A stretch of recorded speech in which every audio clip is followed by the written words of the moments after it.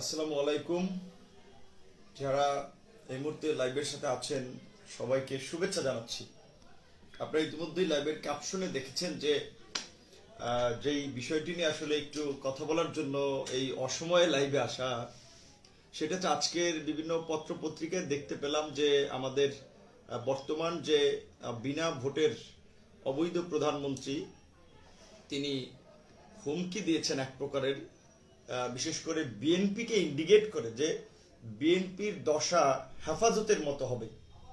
অর্থাৎ এই হুমকি দিয়ে প্রধানমন্ত্রীর স্বীকারোক্তি আমরা পেয়েছি যে আসলে হেফাজতের এই দশাটা প্রধানমন্ত্রী করেছে এবং এই প্রধানমন্ত্রীর সরকার করেছে। কারণ আপনারা হেফাজতের উত্থানের গল্প বা শুরুটা সবাই জানেন। 2000 বিশেষ করে আপনার 13 সালের 5ই মে ঢাকায় যে হেফাজতের কর্মসূচি ছিল, যে ঢাকা অবরোধ, মূলত ঢাকার প্রবেশদ্বার বন্ধ করে দেওয়া। সেখান থেকে প্রধানমন্ত্রী এবং তার যারা সঙ্গী ছিলেন তারা বুদ্ধি পরামর্শ দিয়ে হেফাজতের মধ্যে যেমন বিপ্লবী বিদ্রোহী আলেমোলামা ছিলেন, আবার পথভ্রষ্ট আলেমোলামারাও ছিলেন। তো এই পথভ্রষ্ট লোকদেরকে বা কিছু সঠিক আলেমদেরকে মিসগাইড করে ঢাকায় এনেছিলেন। তাদের ঢাকায় কিন্তু আসার কথা ছিল না, তারা ঢাকার প্রবেশদ্বার বন্ধ করে দিবে। কিন্তু প্রধানমন্ত্রীর পরিকল্পনা অনুযায়ী তাদেরকে ঢাকা আনা হলো। রাতে তাদেরকে তৎকালীন যে প্রশাসনের কসাই ছিল বেনজির সাহেবের নেতৃত্বে তাদের আলেম ওলামাদেরকে নির্বিচারে হত্যা করা হয়েছে। রাতের অন্ধকারে লাশ সরিয়ে দেওয়া হয়েছে। সে এক বিভৎস চিত্র এবং সিনারিও সারা দেশ এবং বিশ্ববাসী দেখেছে। তখন থেকেই মূলত হেফাজত আলোচিত। তো এই ঘটনাকে যারা একটু রাজনীতি বিশ্লেষণ করেন,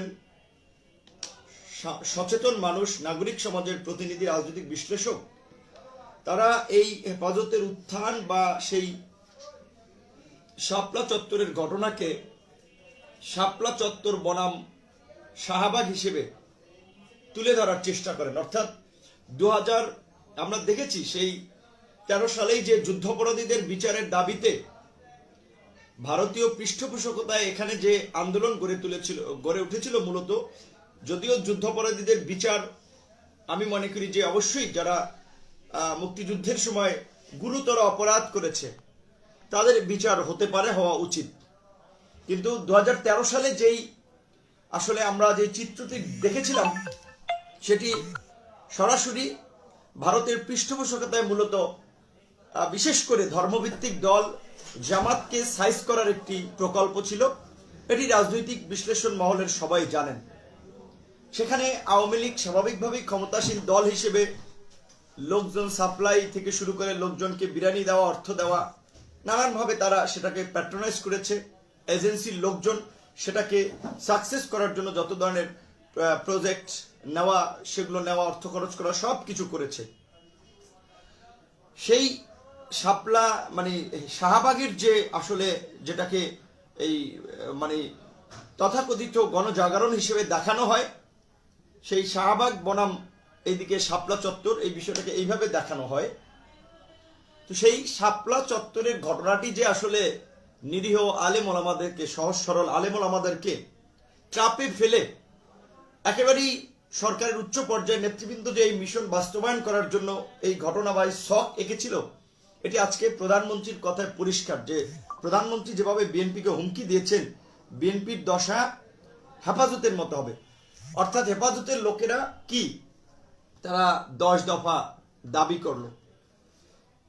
একটা রাষ্ট্রের সরকারের কাছে একটা সংখ্যালঘুর শ্রেণীর মানুষও দাবি জানাতে পারে। ছাত্ররা কোটা সংস্কারের দাবি জানাচ্ছে, আবার যুবকরা বেকারত্ব নিরসনের জন্য বেকার ভাতার দাবি জানাচ্ছে, কর্মসংস্থান সৃষ্টির দাবি জানাচ্ছে। শিক্ষিত তরুণরা আপনার চাকরির ফি 100 টাকা নিচে করার দাবি জানাচ্ছে। প্রায় আমরা দেখি যে নির্বাচনের সময় সরকারি কর্মকর্তা কর্মচারীদের বিভিন্ন সংগঠন, যেমন শিক্ষক সংগঠন, এমপিভুক্তি করার দাবি, বিভিন্ন প্রতিষ্ঠান দাবি দেওয়া জানায়। তো সরকারের কাছে হেফাজত 10 দফা দাবি করেছিল। এখন সেটার সাথে আমি কিংবা আপনি একমত বা ভিন্ন মত থাকতেই পারে, কিন্তু তাই বলে হেফাজতকে এইভাবে আসলে নির্মূল করা, রাতের অন্ধকারে হত্যাযজ্ঞ চালানো এবং এই নিরীহ আলেম ওলামাদের বিরুদ্ধে মামলা দিয়ে গলায় রশির মতো ঝুলিয়ে রাখা, তারপরে জোর করে তাদেরকে দিয়ে নির্বাচনের আগে কওমি জননী উপাধি নেওয়া। কারণ আমরা শুনেছি যে হেফাজতের লোকজনকে তখন এই বন্দুকের নল দেখিয়ে আপনার বাধ্য করা হয়েছিল যে তারা যেন এই প্রধানমন্ত্রীকে শুকরানা মাহফিল সোহরাওয়ার্দী উদ্যানে করেন। তো সেই ক্ষেত্রে যারা একেবারেই অন্যায়ের বিরুদ্ধে আপোষহীন, সেই অংশটা তো আপোষ করলোই না, একটা অংশ আপোষ করলো। এবং শেষ পর্যন্ত আপনারা দেখেছেন যে আমাদের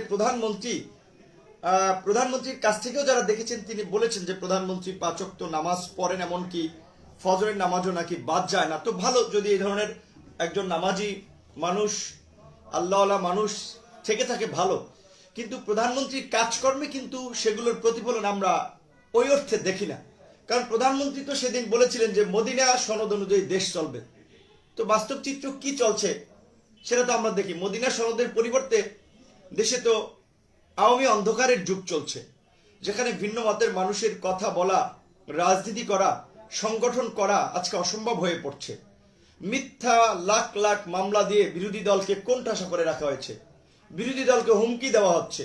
বিরোধী দলের সভা সমাবেশের লোকজন যেন কম হয়, সেজন্য বিরোধী দলের সভা সমাবেশ ডাকলে যারা একটু লোক সমাগম করতে পারে তাদেরকে র্যাব দিয়ে তুলে নেওয়া হয়, পুলিশ দিয়ে মামলা দেওয়া হয়, আটক করা হয়, নানান ধরনের তাল বাহানা। তারপরেও গণজাগরণ এখন ঠেকাতে পারছে না, এখন হুমকি দিচ্ছে। যেটা আমরা বলছিলাম যে এই সরকার দুর্বৃত্তদের চরিত্র, মানে একেবারে নিকৃষ্ট চরিত্র ধারণ করে আছে আজকে দেশে গণতন্ত্রের খোলসে আপনার একদলীয় শাসন ব্যবস্থা কায়েম করার জন্য। যে কারণে তারা কিছু কিছু ছোট দলকে প্রোগ্রাম, মিছিল, মিটিং করার সুযোগ দিবে, আবার কাউকে দিবে না, কাউকে হামলা করবে, কাউকে মামলা করবে, কাউকে গোয়েন্দা সংস্থা দিয়ে নারী দিয়ে ফাঁসি দেবে, কাউকে টাকা দিবে। এইভাবে তারা সেই 2008 সাল থেকে এখন পর্যন্ত ক্ষমতা আছে। আর বাংলাদেশের প্রধান বিরোধী দল হিসেবে বিএনপির রাজপথে থেকে শুরু করে বিভিন্ন জায়গায় একটা শক্ত অবস্থান আছে, সংগঠন আছে, এটা দেশের মানুষ জানে। তো এতদিন বিশেষ করে সরকারের যে প্রোপাগান্ডা, সরকারের যে শখ, সেই শখ দিয়ে সরকার সফল হয়েছে, সোসাইটিকে বিভক্ত করে রেখেছে। কারণ আপনারা জানেন যে আজকে ধরেন বাংলাদেশের প্রায় 92% মানুষ জনসংখ্যার দিক থেকে মুসলমান। কাজে এদেশের সমাজ, সংস্কৃতি, সভ্যতায় স্বাভাবিকভাবেই ইসলামী মূল্যবোধের একটা প্রতিফলন থাকবে, এটা ধরা যায়। কিন্তু তারপরে বলা চলে যে ওই অর্থে এখানে কিন্তু মানে ধর্মটা অত প্রকট আকারে বাংলাদেশে দেখা যায় না। কিন্তু তারপরেও সরকার, সেটা বর্তমান সরকার ক্ষমতায় থাকাকালীন কিংবা প্রিভিয়াস সরকারও ক্ষমতায় থাকাকালীন, তারা রাজনৈতিক স্বার্থে এখানে নানা ধরনের সাম্প্রদায়িক ঘটনা ঘটিয়ে এই দেশে যে সাম্প্রদায়িকতা আছে কিংবা একটা নেতিবাচক কর্মকাণ্ড ঘটিয়ে মানুষকে বিভ্রান্ত করতে চায়। ধরেন আজকে বিশেষ করে আমরা যদি বলি যে সরকার এখন কি অস্ত্র নিয়ে রাজনীতিটা করছে, সরকার এই দেশের মানুষকে কয়েকটা ভাগে ভাগ করে রেখেছে। যেমন ধরেন যারা একটু প্রোগ্রেসিভ, একটু বামপন্থী, একটু লিবারেল, স্বাধীন চেতা, তাদেরকে সরকার এটা বোঝাতে চায় যে দেখো, Awami League is a secular party, BNP is a Islamist party, বিএনপির সাথে তাদের ইসলামিস্টদের এলাই আছে। এটা বলে বিএনপিকে জঙ্গিবাদী, উগ্রবাদী হিসেবে আখ্যায়িত করার চেষ্টা করা হয়। যেহেতু আবার বিএনপির সাথে একটা 2002 সাল ইলেকশনে 4 দলীয় জোট ছিল, মহল ভালোভাবে কাজ করতে, যে 4 দলীয় জোট ছিল, কাজে বিএনপিকে এই ট্যাগটা দেওয়ার সরকারের চেষ্টা করে থাকে। অথচ যদি দেখেন আপনারা যে এই সরকারই সবচেয়ে ধর্মকে রাজনৈতিক হাতিয়ার হিসেবে ব্যবহার করেছে। আমি কারো নাম বলতে চাই না, 96 নির্বাচনে, মানে এরশাদের পতনের পরে 91 নির্বাচনে তো আওয়ামী লীগ আসলো, বিএনপি আসলো। তো বিএনপির মানে দল হিসেবে দেখা নয়, বিএনপি একটু মধ্য ডানপন্থী দল। তো কারা তখন ভোটের জন্য মাথায় একেবারে হিজাব, কেউ বলে পট্টি, কেউ বলে হিজাব, এগুলো বেঁধেছিল, পুরানো ছবিগুলো দেখেন কোন কোন নেতা এবং কারা তখন পাঞ্জাবি টুপি টাপি পরে একেবারে মানে মোল্লা হয়ে গিয়েছিল। আবার আস্তে আস্তে তাদের চরিত্রের আবার দেখলাম যে সেই খোলস বদলের চিত্র আমরা দেখি। তো ভোটের জন্য তখন তারা ঠিকই মদিনা সনদ অনুযায়ী দেশ চালানোর কথা বলে, মোল্লা হয়ে যায়, আপনার হিজাব টিজাব পরে একেবারেই খাঁটি মোমেনা হয়ে যায়। আবার নির্বাচন এবং ভোট চলে গেলেই তখন বিভিন্ন ধরনের ফন্দি ফিকির করে, আবার কোথাও যায় ঘন্টায় বাড়ি দেয়। এই ধরনের নানা ধরনের ভণ্ডামি রাজনীতিবিদদের বিশেষ করে একটা দেখা যায়। তো আমি যেটি বলতে চাচ্ছিলাম যে এই সরকার 2008 সাল থেকে ক্ষমতায়। তো 2008 থেকে আজকে এই 14 বছরে যদি দেখি, এই 13-14 বছরে বাংলাদেশে বেশ কিছু আলোচিত আপনার ঘটনা ঘটেছে, যেগুলোকে সাম্প্রদায়িক ঘটনা হিসেবে তুলে ধরার চেষ্টা করা হয়েছে। আসলে এখানে আমার বিশেষ করে অনেকের সাথেই একটু মানে দ্বিমত তৈরি হয়, কারণ তারা তাদের রাজনৈতিক স্বার্থে কিংবা এনজিও থেকে ফান্ড নেয়ার জন্য কিংবা বিদেশিদের কাছে একটু গ্রহণযোগ্যতা পাওয়ার জন্য এখানে কিছু ঘটনা না ঘটলেও তারা আর্টিফিশিয়াল ভাবে সেই ঘটনাকে রংচং মাখিয়ে একটা দেখানোর চেষ্টা করে। ধরেন সাম্প্রদায়িকতা, আসলে সাম্প্রদায়িকতা বলতে আমরা কি বুঝি? আমরা বলি যে সাম্প্রদায়িক সম্প্রীতি আমরা চাই, সাম্প্রদায়িক সম্প্রীতির সমাজ চাই, অসাম্প্রদায়িক বাংলাদেশ চাই। মুক্তিযুদ্ধের চেতনা ছিল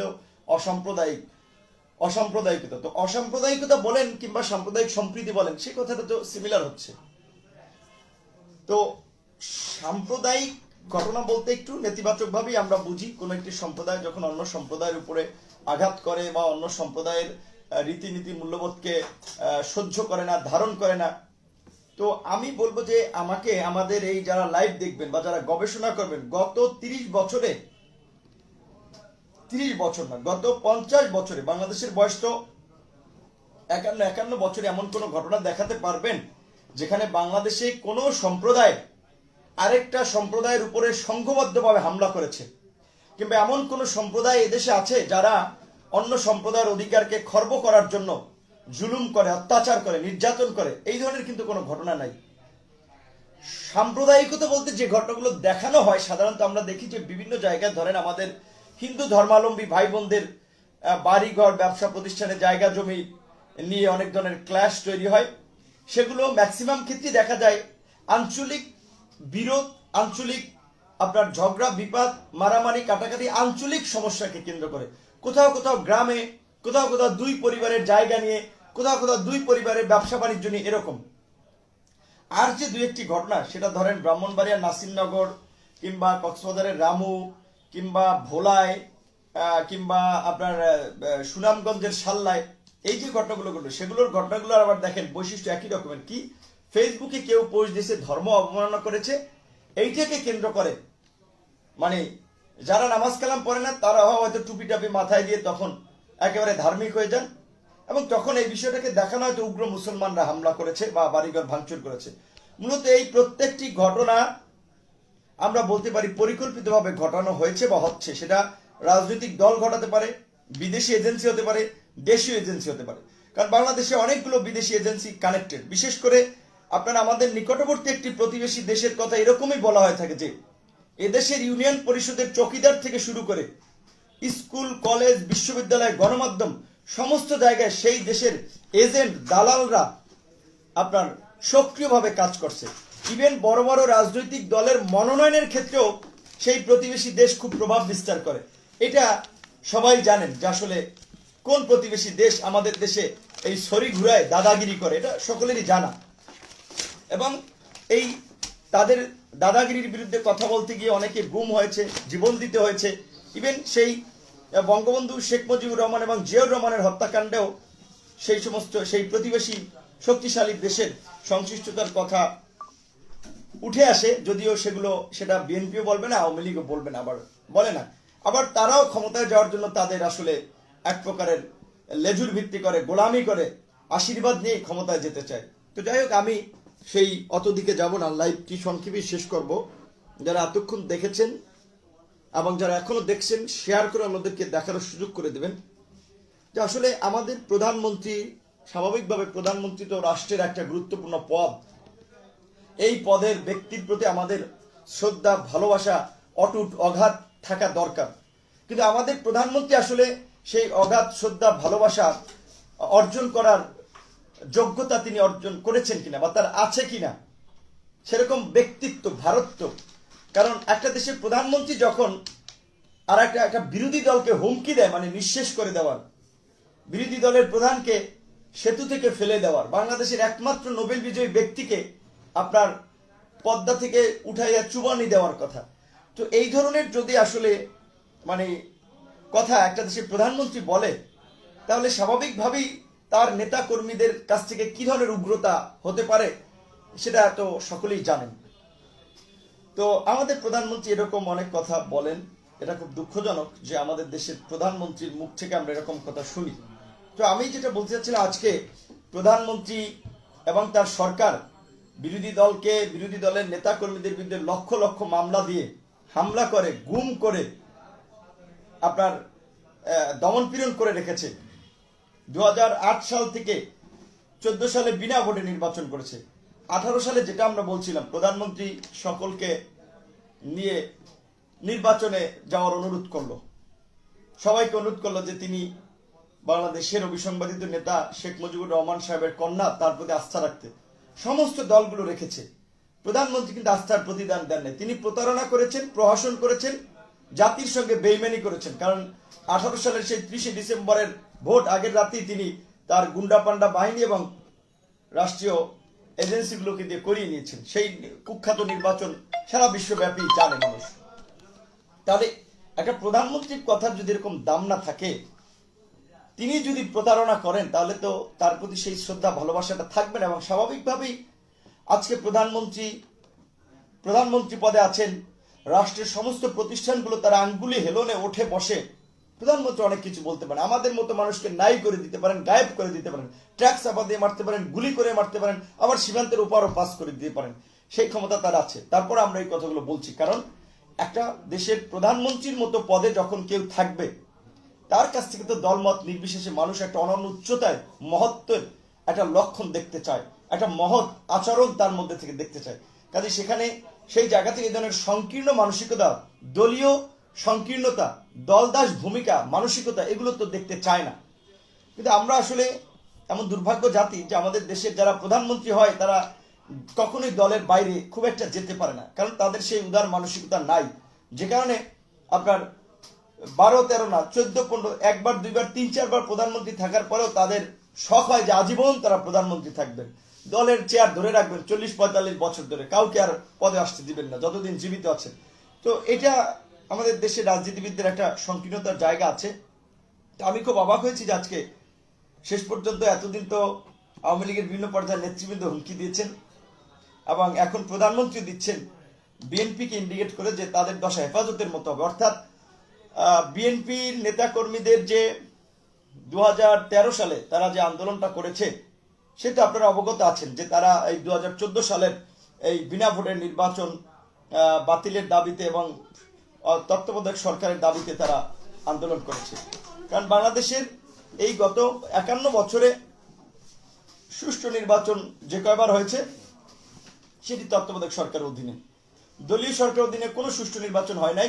এমনকি আজকের প্রধানমন্ত্রীরাও তার দলও লগি বৈঠা আন্দোলন করে রাস্তায় তাণ্ডব চালিয়ে তত্ত্বাবধায়ক সরকারের দাবি আদায় করেছে। তো তারা ক্ষমতায় গিয়ে ওই যে বলেছে যে সেই যুদ্ধাপরাধীদের বিচারের মিশন থেকে শুরু করে দেশে একদলীয় শাসন কায়েম করা, বাকশাল কায়েম করা, যেই লক্ষ্যে তারা খুব প্ল্যান হইতে কাজ করেছে, দেশের এই সংবিধান কাটাছেড়া করে তছনছ করে সেই তত্ত্বাবধায়ক সরকার দূর করে দেশকে একটা সংকটের মুখে ফেলেছে। তো বিরোধী দলগুলো এই সরকারের ভিতরে যে এই ধরনের সংকীর্ণতা, তাদের প্রতারণা, তাদের দেশ বিরোধী কর্মকাণ্ড, এটা বুঝতে পেরেছে অনেকদিন পরে, যে কারণে অনেকদিন লেগে গেছে আমাদের ঐক্য তৈরি হতে। তো এখন বিরোধী দলগুলো একটা কথা বলছে যে তারা, যাদের সাথে আদর্শেরও মিল নাই, রাজনৈতিক চিন্তাধারারও মিল নাই, তারাও বর্তমান সরকার পতনের দাবিতে রাজপথে থাকবে।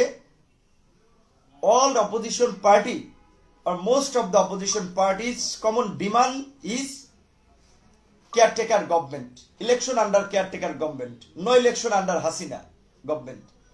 তো সেই জায়গায় যখন টোন টিউনে মিলে যাচ্ছে, বাম ডান মধ্য, ডান বলেন লিবারেল বলেন, মিলে যাচ্ছে, সেখানে স্বাভাবিকভাবে বিএনপি বড় রাজনৈতিক দল হিসেবে এখন যখন এতদিন ধরে সভা সমাবেশে বিশেষ করে আমাদের প্রধানমন্ত্রী যেভাবে এবং প্রধানমন্ত্রী সরকার যেভাবে আমাদের নিকটবর্তী প্রতিবেশী দেশ তথা পশ্চিমাদের এতদিন ধরে এই তথাকথিত জঙ্গিবাদ উগ্রবাদের নাটক ফাটক দেখিয়ে তাদেরকে ভুলিয়ে ভালিয়ে রেখেছিল, এখন সেই থলের বিড়াল বের হয়ে এসেছে।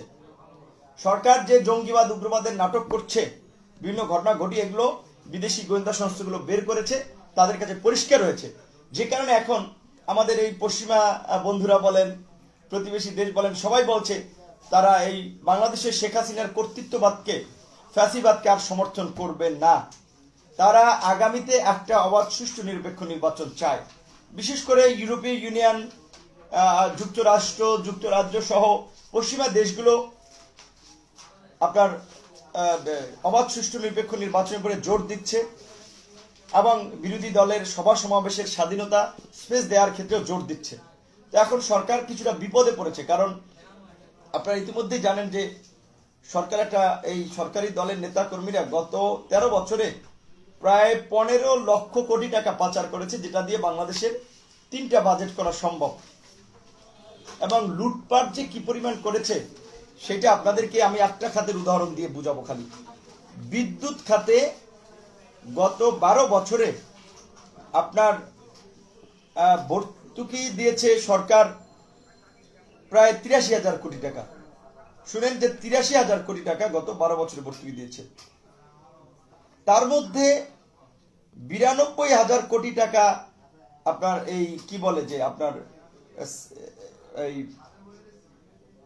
কি চার্জের নামে, আপনার কুইক রেন্টালের নামে, মানে অর্থাৎ সরকার অনেকগুলো বিদ্যুৎ কোম্পানিকে অনুমতি দিয়েছে বিদ্যুতের কারখানা বানানোর জন্য, বিদ্যুতের কেন্দ্র বানানোর জন্য, কিন্তু সেই বিদ্যুৎ সরকার ব্যবহার করতে পারতেছে না। কারণ মানে হচ্ছে এই বিদ্যুৎ যে বহন করে নেবে সেই রাস্তা সরকারের নাই। সেই কারণে তাদেরকে ভাড়ায় আর কি সেই আপনার কুইক রেন্টালের আপনার এই লুটপাটের নামে আপনার প্রায় 92,000 কোটি টাকা তার দলীয় অনুগতদের সরকার সুযোগ করে দিয়েছে লুটপাটের। এবং এই পদ্মা সেতুর মধ্যে প্রতিটি প্রকল্প 2 গুণ 3 গুণ ব্যয় বাড়িয়েছে, লুটপাট করেছে। আজকে সরকারি দলের এটা আপনারা গ্রামগঞ্জে সবাই অবগত যে ওয়ার্ড পর্যায়ের নেতা থেকে এমন কেউ পাবেন না যে আজকে কোটিপতি না। কারণ রাস্তায় চাঁদাবাজি, ধান্দাবাজি, ডাকাতি করা, জনগণের পকেট থেকে কেড়ে নেওয়া, তারা ব্যাপক একটা নৈরাজ্য লুটপাট করে এখন একটা সমাজে চরম একটা নৈরাজ্য কায়েম করেছে। কারণ প্রশাসনের মধ্যে শৃঙ্খলা নাই, সরকারের কথা শুনতেছে না। ওসি বলে এমপি তো আমরা বানাইছি, এমপি বলে মানে এমপির আক্ষেপ করে সংসদে বলে আমাদের পেয়নের দামও দেয় না সচিবালয়ে। তো চরম একটা নৈরাজ্যকর পরিস্থিতি। তার মধ্যে আবার এই যে আমরা জিনিসপত্র কিনি বাইরে থেকে ডলারে, সেই ডলার এখন মারাত্মক সংকট। মিল ফ্যাক্টরি বন্ধ হয়ে যাওয়ার উপক্রম, খাদ্য আমদানি করতে পারছে না। দেশে মারাত্মক দুর্ভিক্ষ দিয়ে আসছে, সেটা প্রধানমন্ত্রী নিজেই স্বীকার করেছেন। তো এখন সরকার সেই দুর্ভিক্ষ সামলাবে না টাকা নাই মানুষের কাছে ভিক্ষার জন্য হাত পাতবে, নাকি বিরোধী দল পেটাবে? তো এখন সরকার আসলে একটা লেজে গোবরে অবস্থা। এর মধ্যে আপনার বিশেষ করে বলতে গেলে আপনারা দেখেছেন এর মধ্যে আমরা এই গণ অধিকার পরিষদ এই নতুন সংগঠন গতকালকে ঢাকায় র্যালি করেছে। আলহামদুলিল্লাহ অন্তত সেখানে প্রায় 1.5 লক্ষ লোক হয়েছে। এই পল্টনের পুরো এলাকা র্যালির লোকজনে রাস্তাঘাট বন্ধ হয়ে গিয়েছে। বিএনপি বিভিন্ন জায়গায় সমাবেশ করছে, চট্টগ্রাম দেখেছেন, খুলনা, ময়মনসিংহ, আজকে রংপুর করেছে। এবং সবচেয়ে হাস্যকর যে সরকারের ছোট লুকি এবং ইত্রামির পরিচয় যে তারা গাড়ি বন্ধ করে দিয়েছে, পরিবহন বন্ধ করে দিয়েছে, তারপরে লঞ্চ বন্ধ করে দিয়েছে, তারপরে লোকজন ঠেকাইতে পারেনি। আবার যে আমাদের কাদের ভাই মোটামুটি ডিসেন্ট পলিটিশিয়ান যাই বলি, তো তিনি হুমকি দিচ্ছেন সমাবেশ কাকে বলে দেখিয়ে দেবেন। তো আজকে ঢাকা জেলার সমাবেশ করেছে, মাঝখান থেকে এবং পিছন থেকে চেয়ার অর্ধেক খালি। সেদিন নারায়ণগঞ্জের সমাবেশ দেখলাম, অর্ধেক খালি। তো আমি বলেছিলাম যে সরকার জাতীয় নির্বাচনের আগে তাদের একটু জনপ্রিয়তা পরীক্ষা করার জন্য ডাকসু নির্বাচনটা দেখ, ডাকসু সহ কলেজ বিশ্ববিদ্যালয়গুলো নির্বাচন দেব। তারা খেলতে চায়, তাদের এত কনফিডেন্স। জাতীয় নির্বাচন পরে আগে ছাত্র সংসদ নির্বাচনগুলো দিয়ে দেখেন যে অস্তিত্বটা কোথায় থাকে। তো যাই হোক, কারণ এটা সরকার ভালো করেই জানে যে যদি একটা ভোট হয় তাদেরকে খুঁজে পাওয়া যাবে না সুষ্ঠু নির্বাচন হলে। যে কারণে সরকার জোর জবরদস্তি করে ক্ষমতায় থাকার একটা চেষ্টা করবে, বিরোধী দলকে দমন পীড়নের জন্য একটা মরণ কামড় দিবে। সুতরাং বিরোধী দলকেও সেই মরণ কামড় সহ্য করে বিজয় অর্জন করতে হবে বাংলাদেশকে বাঁচাতে, বাংলাদেশের মানুষকে বাঁচাতে, দেশের স্বাধীনতা সার্বভৌমত্ব রক্ষায়। আমার খুব দুঃখ লাগে, খুব আফসোস লাগে, কষ্ট হয়, বঙ্গবন্ধু শেখ মুজিবুর রহমানের মতো একজন মহান নেতার কন্যা আমাদের প্রধানমন্ত্রী, অথচ আজকে দেশের স্বাধীনতা সার্বভৌমত্বকে ধ্বংসের দিকে ঠেলে দিচ্ছেন। পাহাড়ি অঞ্চলে দেখেছেন অস্ত্রধারী সেই কুকি চীন, তারা বাংলাদেশ ওই অঞ্চলকে স্বাধীন করতে চায়, অস্ত্রশস্ত্র সহ ওই অঞ্চলে আস্তানা গেড়েছে। তাদের হাতে আধুনিক অস্ত্র, ইসরায়েলি পিস্তল, বিভিন্ন ধরনের আধুনিক অস্ত্র, এগুলো কোথা থেকে আসছে, কারা দিয়েছে? সরকার কিন্তু সব জানে, কিছু বলতে পারছে না। কারণ তারা যাদেরকে ক্ষমতায়, মানে তাদেরকে যারা ক্ষমতায় রেখেছে তারাই বাংলাদেশকে নিয়ে আজকে খেলছে। মিয়ানমারে রোহিঙ্গা চাপিয়ে দিয়েছে, ভারতে গেছে সেগুলো বাংলাদেশে চাপিয়ে দিয়েছে, আবার ওই অঞ্চলকে বিচ্ছিন্ন করার জন্য খেলছে। এখন প্রধানমন্ত্রী ক্ষমতায় থাকার জন্য সব দেখেও দেখছেন না, রোহিঙ্গা সমস্যার সমাধান করতে পারেন নাই। আবার ওইদিকে পাহাড়ি অঞ্চল বিচ্ছিন্নতাবাদীদের দখলে চলে যাচ্ছে, তারা বাংলাদেশ থেকে অঞ্চলে আলাদা করতে চাচ্ছে, অর্থনৈতিক বিপর্যয়। তো এখন আওয়ামী লীগ ও যারা করেন তাদেরকে বলবো, ভাই একটু বিবেক দিয়ে চিন্তা করেন দেশটা আজকে কোন জায়গা আছে। এই আওয়ামী লীগ সরকার যদি ক্ষমতায় যত দীর্ঘদিন থাকবে তত দেশের ক্ষতি হবে। কাজে আমরা এই জন্য বলছি যে আজকে দল মত নির্বিশেষে আমরা অন্তর্বর্তীকালীন এই সরকারের পদত্যাগ এবং অন্তর্বর্তীকালীন সরকারের দাবিতে রাজপথে যুগপথ এবং ঐক্যবদ্ধভাবে আন্দোলন সংগ্রাম গড়ে তুলব। এই সরকারের পতন ঘটিয়ে আমরা গণতন্ত্র প্রতিষ্ঠা করব, মানুষের ভোটাধিকার প্রতিষ্ঠা করব। তো সেই ক্ষেত্রে প্রধানমন্ত্রী এবং আওয়ামী লীগের নেতৃবৃন্দকে এটাই বলতে চাই, হুমকি ধামকি দিয়ে আসলে গণজাগরণ ঠেকানো যায় না, রাজনৈতিক দলকে নিঃশেষ করে দেওয়া যায় না। কাজে হুমকি ধামকি না দিয়ে আপনারা যেটা বলেন মানুষের মন জয় করুন, ভালো কাজ করুন। কথা বলতে খুব কষ্ট হচ্ছে, সংক্ষেপ করতে হবে। গত 15 বছর প্রায় ক্ষমতায়, তো 14 বছর ক্ষমতায় ছিলেন, কি করেছেন?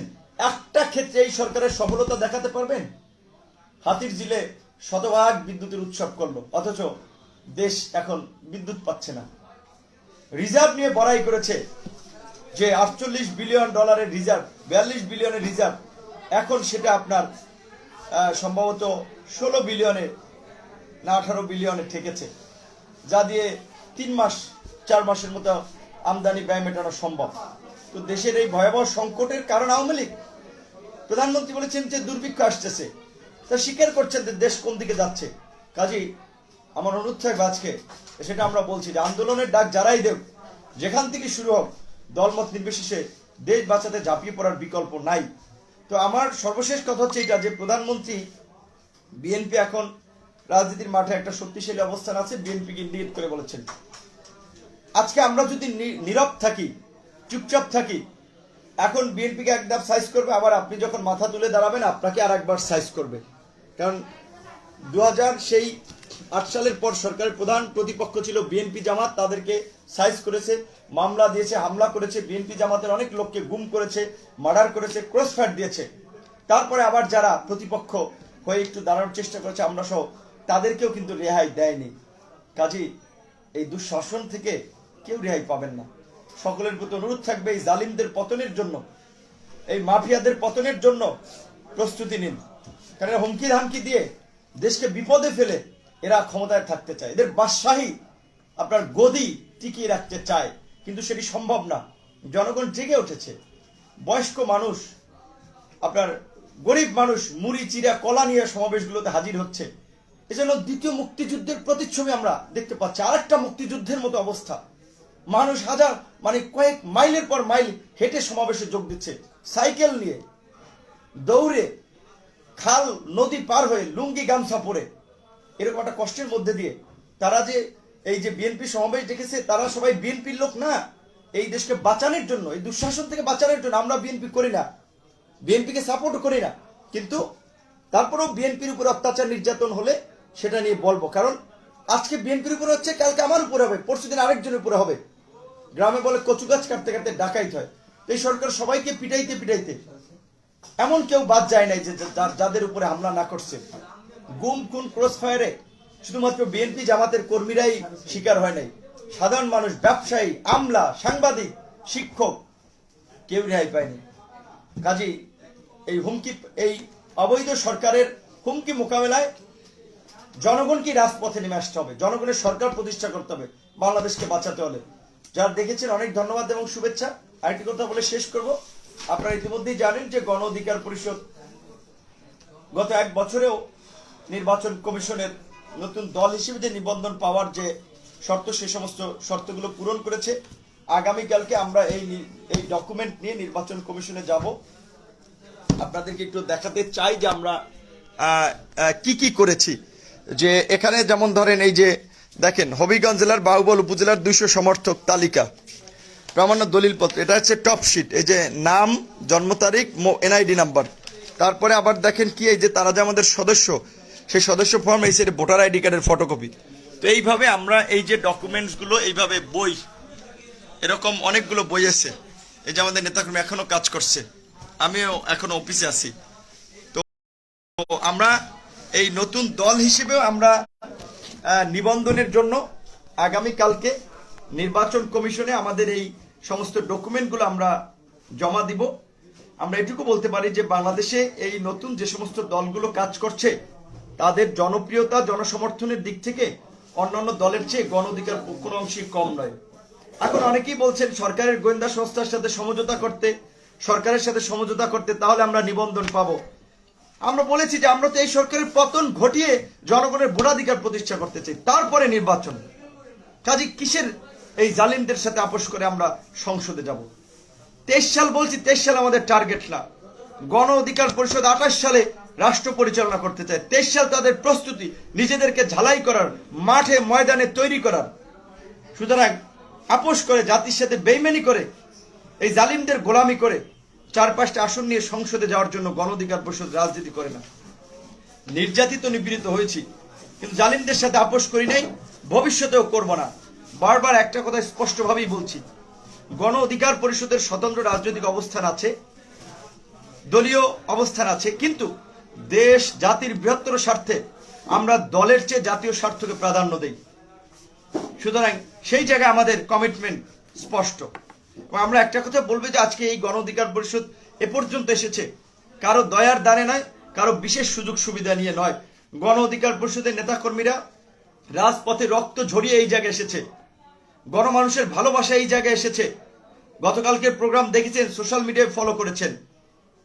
আগামীতে ইনশাল্লাহ গণ অধিকার পরিষদ গণমানুষের যে কোনো যৌক্তিক এবং ন্যায়সঙ্গত অধিকার আদায়ের জন্য, সেটা সুষ্ঠু নির্বাচন, তত্ত্বাবধায়ক সরকার দাবি, ভোটাধিকার প্রতিষ্ঠা, গণ অধিকার পরিষদ তার সর্বোচ্চটুকু দিয়ে রাজপথে থাকবে। তো অনেকে এই কমেন্টস করেছেন, অনেকে যেটা বলেন বিকাশ অধিকার পরিষদ, রকেট অধিকার পরিষদ এসে বলেন, ভাই আপনার বিকাশ রকেট এখন এই বর্তমানে মানি ট্রানজেকশনের সবচেয়ে সহজতর পদ্ধতি, এবং গণ অধিকার পরিষদ তার কার্যক্রমে সাধারণ মানুষকে, জনগণকে সম্পৃক্ত করতে সবসময় আমরা জনগণের কাছ থেকে সাহায্য সহযোগিতা আমরা প্রত্যাশা করি। এই যে নিবন্ধন কার্যক্রম আমরা পরিচালনা করতেছি, এখানে প্রায় 18 থেকে 20 লক্ষ টাকা খরচ হচ্ছে। গতকালকে প্রোগ্রাম গিয়েছে, তার আগে 26 তারিখ প্রতিষ্ঠা বার্ষিকী আমাদের অফিসে প্রোগ্রাম হচ্ছে। এগুলো টাকা ছাড়া তো হয় না। আমাদের দলে কোনো শিল্পপতি নাই যে তারা একজনই 5 লাখ টাকা দেয়, 10 লাখ টাকা দেয়। 5-10 হাজার দেওয়ার মতো লোক আছে। আর সাধারণ মানুষের কাছে যখন আমাদের প্রয়োজন হয়, আমরা তখন সহযোগিতা প্রার্থনা করি, ভবিষ্যতেও করব। অবশ্যই আমাদের সহযোগিতার প্রয়োজন আছে। আমরা বলবো যে আপনারা আমাদের নেতাকর্মীদের চেনেন, অবশ্যই আমাদের অফিসিয়াল ব্যাংক অ্যাকাউন্ট আছে, আপনারা জানেন। আমরা কালকে নিবন্ধন করব, সেখানে সমস্ত ডকুমেন্টসগুলো জমা দেবো। যারা সহযোগিতা করবেন অবশ্যই গণ অধিকার পরিষদকে সহযোগিতা করবেন। যারা দেশের একটা ইতিবাচক রাজনীতি চান যে শিক্ষিত মেধাবী তরুণরা রাজনীতিতে এগিয়ে আসুক। আমাদের ছাত্র বন্ধুরা 24 জন জেলে, তাদের অপরাধ কি ছিল? তারা ছাত্রলীগকে হামলা করতে যায় নাই, তারা ওই আপনার টেন্ডারবাজি করতে যায় নাই, ভোট কেন্দ্র দখল করতে যায় নাই। বুয়েটের মেধাবী ছাত্র আবরার ফাহাদকে যারা ছাত্রলীগের সন্ত্রাসীরা 2019 সালে পিটিয়ে হত্যা করেছিল, তাকে নিয়ে স্মরণ সভা করতে গিয়েছিল। সেখানে ছাত্রলীগের গুন্ডারা 2 দফায় তাদের উপরে হামলা করলো। এবং এমন অদ্ভুত আজব বিচার ব্যবস্থা, আমাদের সেই দলকানা বিচারপতিরা, জজ সাহেবরা, তারা ন্যায় বিচারের চশমা দিয়ে এই ডকুমেন্টসগুলো দেখে আমাদের ছাত্রদের জামিন না দিয়ে কারাগারে পাঠিয়েছেন। দিনের পর দিন তারা কারাগারে, বেশ কয়েকজন পরীক্ষা দিয়েছিল, পরীক্ষা দিতে পারেনি। কারাগারে থাকার জন্য টাকা পয়সা আমাদের ছাত্রদের পিছনে দেওয়া লাগে। এই সরকার তো মানুষকে কি বর্বরভাবে নির্যাতন করছে, নিপীড়ন করছেন। যারা এই সরকারের নির্যাতনের শিকার তারা জানে। কারাগারে সক্ষমতা আছে 43,000 মানুষের, অলরেডি সেখানে 1 লক্ষের মতো বন্দী। তো আরেকটি কথা বলে শেষ করব, আলেমল আমাদের বিষয়টা মিস গেছে, যে প্রধানমন্ত্রীর যে সেই হুমকি, সেটা তো দেখেছেন যে আপনার এই যে হেফাজতের মতো বিএনপির দশা করবে। তো মোদী বিরোধী আন্দোলনের সময় দল মত নির্বিশেষে বাম ডান বিভিন্ন শ্রেণী পেশার মানুষ রাস্তায় নেমেছিল, কিন্তু সেই আন্দোলনে গ্রামের ভাষায় বলে বাঁশডলা যেটা দেওয়ার সেটা দিয়েছিলে হেফাজতের নেতাদেরকে এবং আমাদেরকে। আমাদের 64 জন নেতাকর্মীকে গ্রেপ্তার করেছে। হেফাজতের অনেক নেতা এখনো জেলে, বিশেষ করে মামুনুল হক, জুনায়েদ আল হাবিব, এরকম মানে সিংহের মতো হুঙ্কার দেওয়া ওয়াজের মাঠে যাদের একটা গ্রহণযোগ্যতা আছে তারা জেলে। ছোট ছোট ছোট কিছু নেতা তাদেরকে মুক্তি দিয়েছে, অনেককে মুক্তি দিচ্ছে না, কারণ তাদেরকে মুসলেকা দিতে বলছে যে তারা শেখ হাসিনার বিরুদ্ধে রাজনীতি করবে না, আওয়ামী লীগের বিরুদ্ধে রাজনীতি করবে না, দাদাদের বিরুদ্ধে কথা বলবে না। সেই মুসলেকা তারা না দেওয়ায় তাদেরকে আদালতের বারিন্দায় বারিন্দায় ঘুরোচ্ছে। খুলনা, নারায়ণগঞ্জ, এই গজব অবশ্যই এদের উপরে পড়বে। যারা নিরীহ নিরপরাধ আলেম ওলামাদেরকে বন্দী করে তাদেরকে, যেটা বলছেন কিছুদিন আগে আমাদের একজন আলেম, সম্মানিত আলেম, তিনি বলেছেন যে সরকার আমাকে শীর্ষ সন্ত্রাসী হিসেবে তুলে ধরতে চায়। এইভাবে এখন আলেমদের নিয়ে অত্যাচার এগুলো তো মিডিয়া আসছে না, টেলিভিশন ওইভাবে নিউজ প্রকাশ করছে না, আলেমদের নিয়ে টক শো হচ্ছে না, পত্রিকায় লেখালেখি হচ্ছে না, বিদেশিরা কথা বলছে না। অথচ এই দেশের 92% মানুষ ইসলামী ধর্মের মূল্যবোধে, সেটা আমরা অস্বীকার করতে পারি না। কিন্তু দুঃখজনক হলেও সত্য যে আজকে এইভাবে এই সরকার মদিনা সনদের কথা বলে আজকে দেশে আওয়ামী জাহিলিয়াত কায়েম করেছে, যেখানে আজকে নারী শিশু কেউ রেহাই পাচ্ছে না, মান সম্মান নিয়ে বেঁচে থাকা দুষ্কর হয়ে পড়ছে। কাজী যেখানে আমরা বলেছি যে হয় জীবন না হয় মৃত্যু, জীবন যদি আমাদের প্রতিষ্ঠা করতে হয়, জীবন যদি রক্ষা করতে হয়, এই ফাঁসিবাদের বিরুদ্ধে লড়াই সংগ্রামের বিকল্প নাই। এই স্বৈরাচারী সরকারকে হটাতেই হবে, এই জালিমদেরকে হটাতেই হবে। ওরা বন্দুকের নল দেখিয়ে অনেক মুখ বন্ধ করে রেখেছে, অনেক নিরীহ মানুষকে হত্যা করে তার পরিবার আত্মীয় স্বজনকে ভয়ের মধ্যে ঠেলে দিয়েছে। এবার আর ভয় দেখিয়ে মানুষকে দমিয়ে রাখতে পারবে না। তো প্রধানমন্ত্রী যতই হেফাজতের হুমকি দেন, এই সমস্ত হুমকি দিয়ে কাজ হবে না। আপনারা আপনাদের সেফ এক্সিটের পথ মাপুন, কোন দিক দিয়ে যাবেন। আমরা জীবন দেওয়ার জন্যই রাস্তায় নেমেছি, বিজয় না হওয়া পর্যন্ত ঘরে ফিরবো না ইনশাল্লাহ। সবাই প্রস্তুতি নেন। ধন্যবাদ।